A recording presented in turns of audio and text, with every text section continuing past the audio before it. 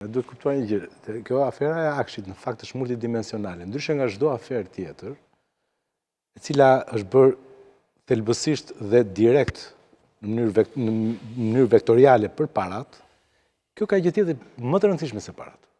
Pra parat pavarësisht se janë të shumta, pra ju thatë janë diku te 500 milionë euro. 537 milionë euro. Që nga 2017, pra kemi një institucion.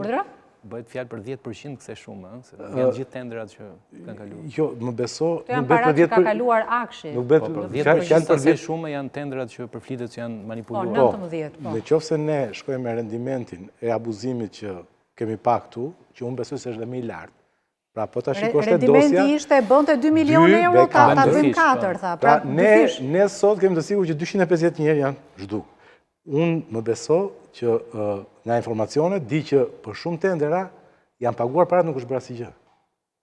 Por besoj se s'pagu do ta nxjerrë, po do dalë diku tjetër. Pavarësisht se parat te kjo aferë janë jashtëzakonisht shumë të mëdha, po të shikoni ka një specifik. Krimi i organizuar nuk u interesua as për inceneratorin, as për 5D, as për aferat ndryshme të cilat kanë dalë sterilizimi etj. Ato u kryen nga njerëz bekollare. Këtu interesua krimi. Këtu krimi ishte shumë i interesuar. Pse?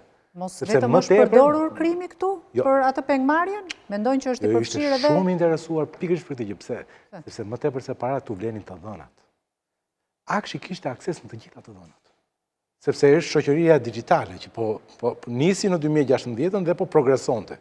Dhe Akshi ishte futur kudo.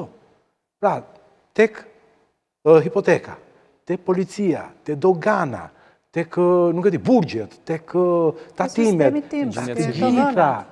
Dhe ata më tepër se sa për parat, ishin të interesuar për këto të dhëna, prandaj po të shikosh krimi organizuar, ose krimi në fakt, ishte interesuar vetëm te Akshi.